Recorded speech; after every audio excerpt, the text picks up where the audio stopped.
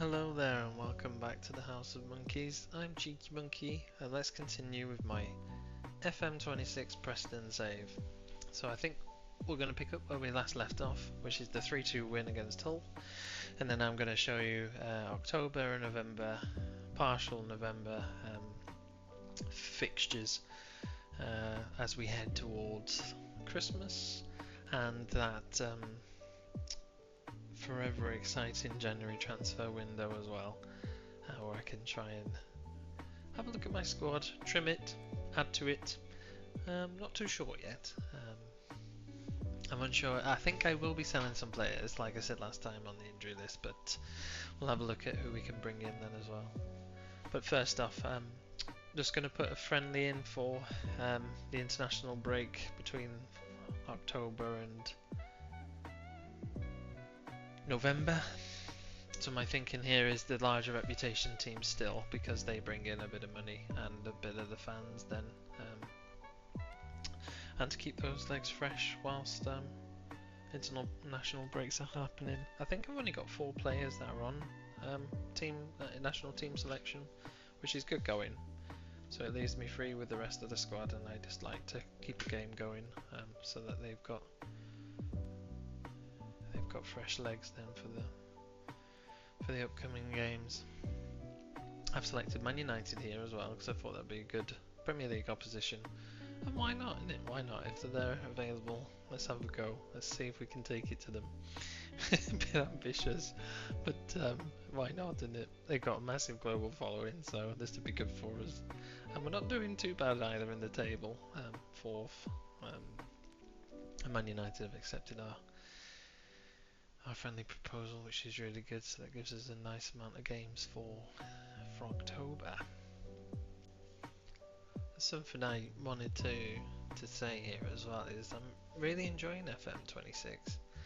I love how crisp, clear, probably going against the grain a little bit because I know some people aren't liking the change, and that's fine, and some of the bugs I've only ever come across, and I think there's been some on the recordings where at the end of a match it just looks a bit weird, but other than that I haven't seen anything else, or I'm probably too naive and just don't notice it. So yeah.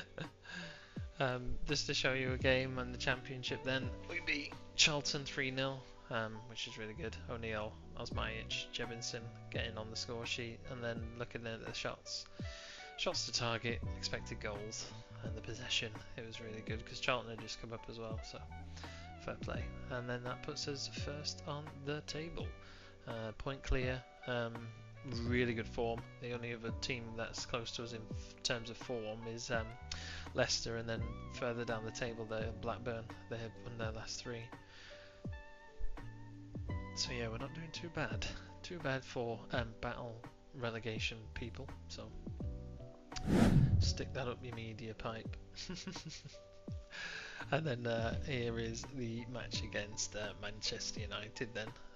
Not going easy on them, and then I was quite surprised they weren't going on easies on us either, so quite a decent team that they put out, and it'll be a good game because, like I say, we've got packed out crowd there at Edale, and got a good strong squad out to face Man United.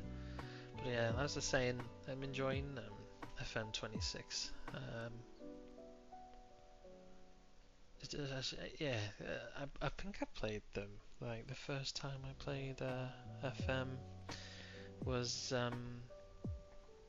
back in 2005, and I remember just seeing it as it is there, where it was a 2D screen, but I think at the time I was absolutely amazed that you could literally see people that you used to see on TV on your laptop screen, kicking the ball around, controlling the team, having your input, seeing your tactics at play, and I think I just fell in love with the series from then on, because I think been playing ever since then, always choosing Preston, trying to get them into the Premier League or out of League One in one of the years, a couple of the years, sorry, which was fun, and then getting into the Championship, trying to get a double promotion, which was a good challenge, and I think that's what set me off for like getting into a bit of a League 2, choosing a team and then seeing if I can get all the way with them. I think that's like a bit of the journeyman ones you see sometimes on YouTube as well.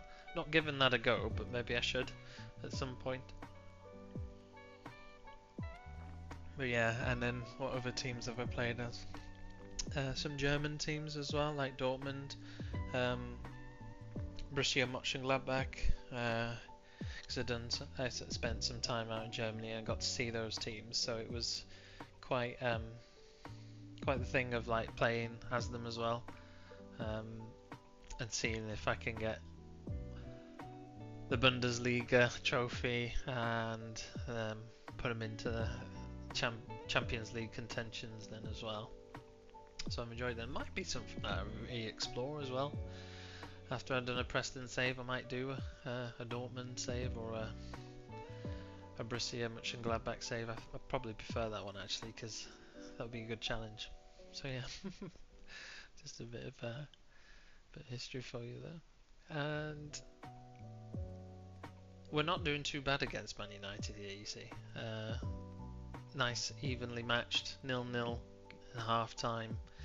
And then I changed my team all the way around, because that's what I like to do, is try and change all 11 players, give them some rest. But I think Gibson and Small had to stay on, because I'm actually lacking in squad depth though, through injuries and whatnot. And then Mason Mount comes out with a spectacular goal there. Nice running up. So I can't fault the team there, because this is like my second option team. Weekend side I call it, but they're all good players. They're all good players. And then not so long ago after that Mason Mount goal, we kind of come back with our own reply. O'Neill with an absolute screamer from outside the box. So yeah, he's really impressing me this season so far. 1.5 for Leyton Orient. That seems like a bargain at the moment, because he seems to be absolutely consistently performing for us, and might be our top goal scorer. I'll have to have a look. But enjoying the controlled possession that I seem to be playing with Preston. Short passing from the back, running up to the byline and trying to cross it back into the box. Because we've got pacey wingers, that's what I try to aim for, is a pacey team. And then with that target forward, hold up the ball. I think that's what I'm going to try and keep doing. Jebinson's doing a really decent job, but he's on loan, so I might have to have a look at maybe a potentially like tall player around 6 foot that can be, come in and replace him for when he goes back to his parent club. And then Michael Smith, even though he scored a few goals for us, I think I'll just be looking to offload him because he's a bit old in my eyes. He's not one that fits my thing where I need to bring in players, develop them, and then sell them on. But he might be helpful for a different team. So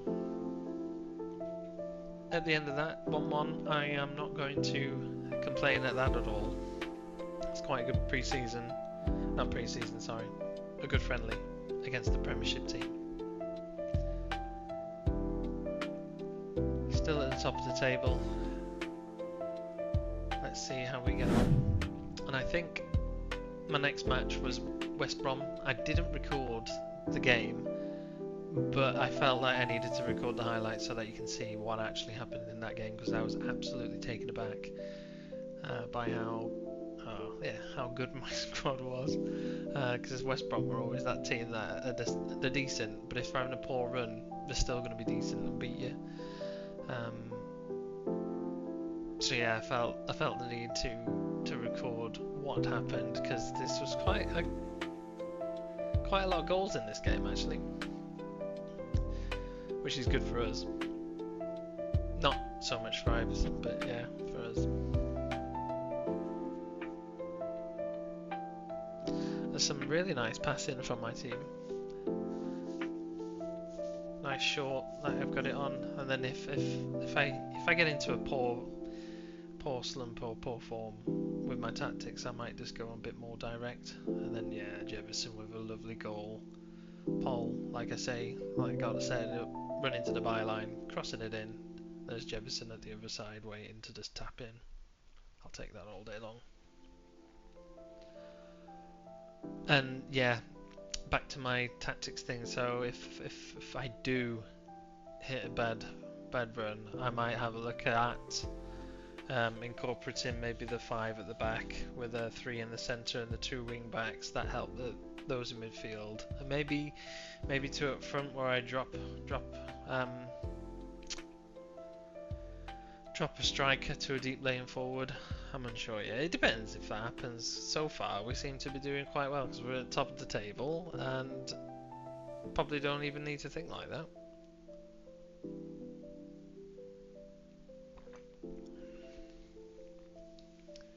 Like I say, I give O'Neill a start here as well because he's been absolutely impressing me so far. He's and bagged himself another goal. Yeah, Ollie O'Neill on the left.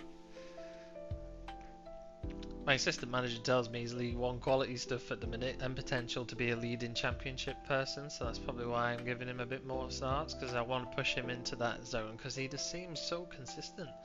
He seems to like love that left hand side, so he's probably a player to try and keep hold of, but if I can't then I'm not going to complain and try and get some money from him anyway, but he's certainly impressing me so far.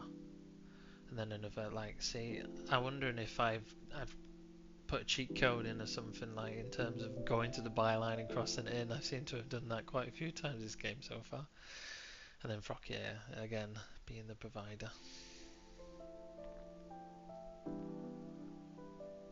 I'd tell you who else I'm actually enjoying on this game is the partnership I've got at centre back with Gibson and Bayfus, the German that I brought in over the summer.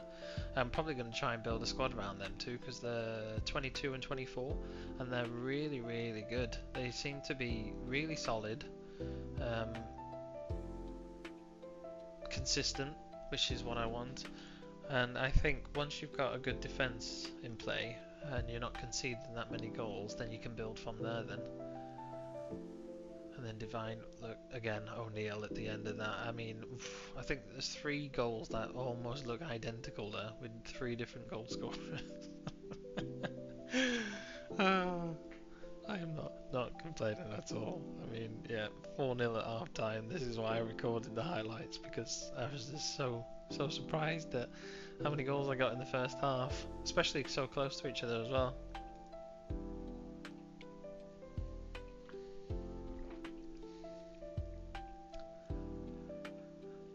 And then I think at half time I was planning on just like swapping out some of my better players, then giving them a rest and bringing those other players on, because like at 4-0, I mean, I'm not going to be losing that game. It'd be some serious downfall if I did, so it'd be giving some minutes that I'd not normally give to some of those other players on the bench then. And I think West Brom pulling out a consolation goal. Gutted we couldn't keep the clean sheet, but 4-1, I'll take that, because it was really a contrast of 2 halves. And that's how it finished, with Mads being voted the top man of the match, more or less. Very good link up on that 4 in the midfield. So yeah, 4-1 win against West Brom. Still at the top of the table. Middlesbrough close on our heels. Leicester.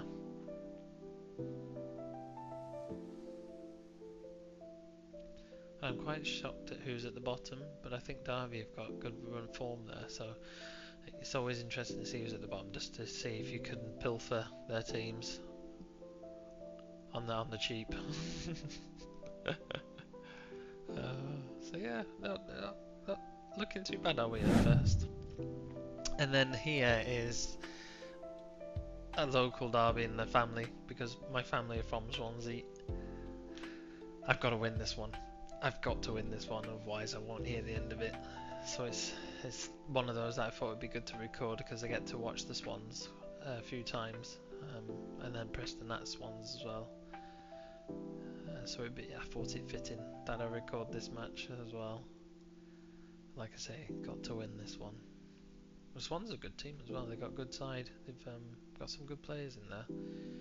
Some that I've scouted, because I like their defender Cambango, Ethan Galbraith. I didn't say I'm going to beat him this time. I'm not jinxing myself like I did with the Blackburn loss of 3-1.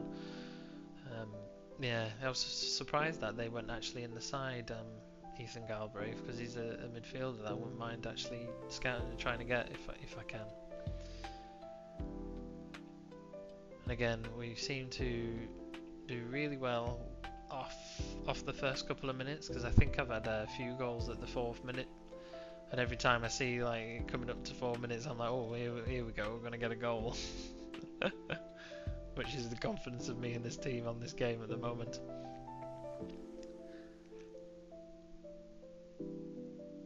I seem to be sticking with the same team as well, which I'm forming quite a strong... There's some in on loan. We'll have to have a look if we can extend or purchase, or have a look at some of the other loanees in this league and in League One, see if anyone can step up and do the job. Depends where we finish in the season, of course. This is my my struggle is getting the right transfers at the right time, because sometimes I'll buy people in January transfer window that know, and then get promoted, and then I'd be like, they're not suitable. So I try and stick with like loanees around January and sell players in January, and then in the summer then try and, if I've been promoted, have a look at players that I want to take with me into promotion as well, and do a really big rebuild. Lately I haven't, like, when it's hard to anticipate, so I think that'll be my tactic again this season, is loanees or whatnot in January, maybe nobody, and then have another look where we are in the summer. Might be my downfall, but at least then I'm not buying players and then thinking, oh god, they're not suitable anymore for the Premier League. And I'm not doing too bad against Swansea, so family cannot ridicule me. 0-0 into half time, and we seem to be the dominant side. I'm happy with that. Although we do have a lot of shots, I probably need to start going into the training and having a look at what they're doing in terms of finishing, because yeah, we should be getting them at least on target or testing the keeper. The possession isn't too bad either. And then we seem to be Afia is playing a good game. Aziz isn't having the best of games, so is Majic, so I might have to have a look at changing them shortly.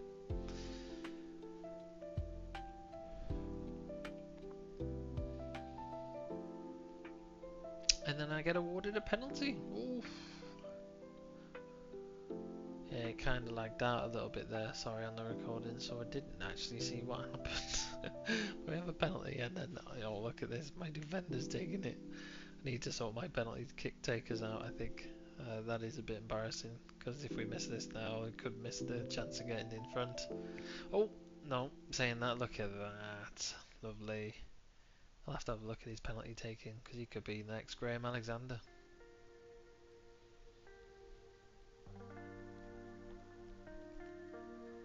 And that was then full-time whistle, 1-0 win. I will take that, thank you very much. My family cannot take the mick out of me now for losing to Swansea. So this is what it's looking like from then on. We had the Man United draw that you saw before, the 4-1 win with West Brom. Birmingham beat us 1-0. Sheffield United was a hard-fought draw. And then 1-0 wins with Southampton and Swansea. So good run of form, but then we don't seem to be in a good form at the moment with the 3-1 loss to Millwall.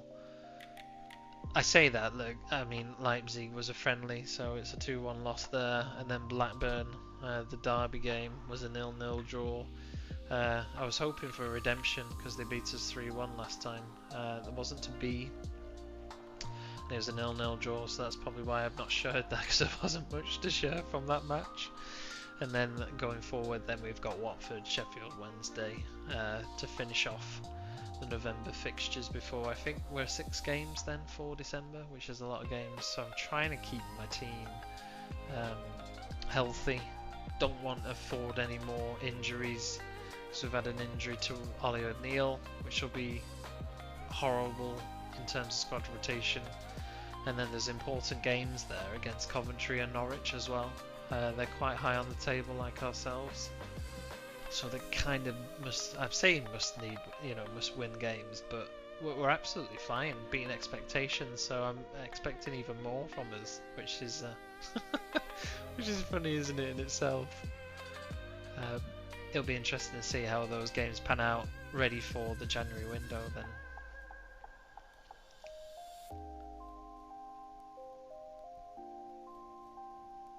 Like I say, into my squad, Ollie O'Neill injured for the next 4 weeks.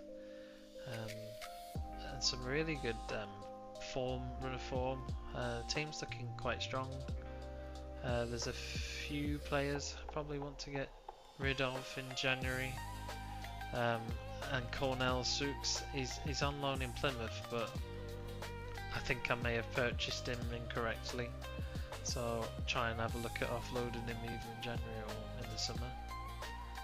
And then I'd like to, like I say, have a look, reassess the team.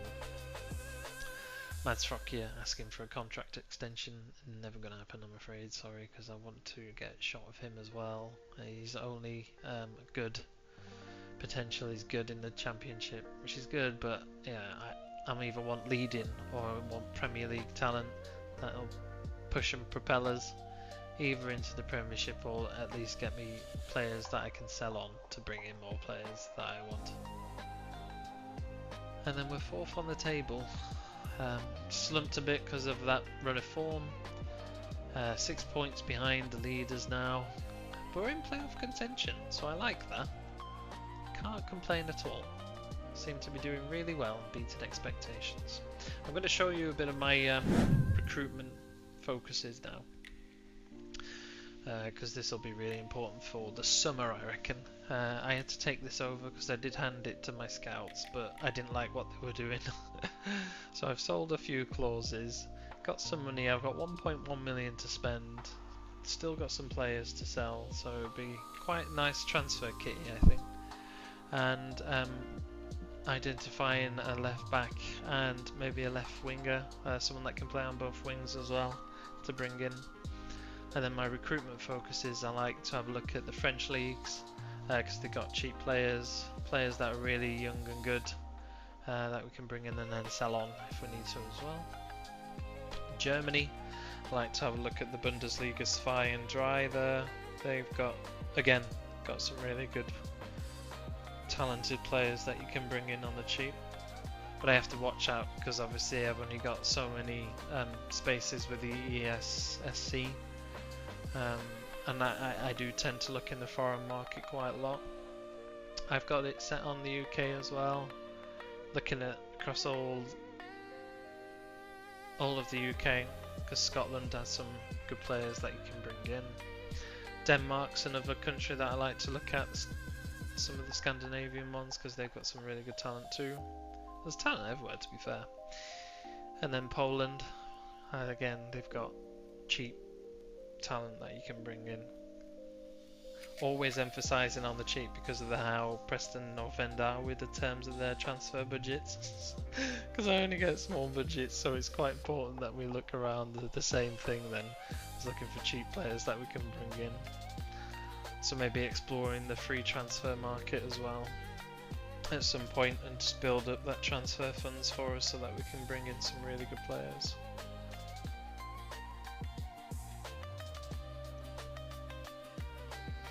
Yeah, there's a few in the Danish league that I probably wouldn't mind scouting a bit further, bringing them in.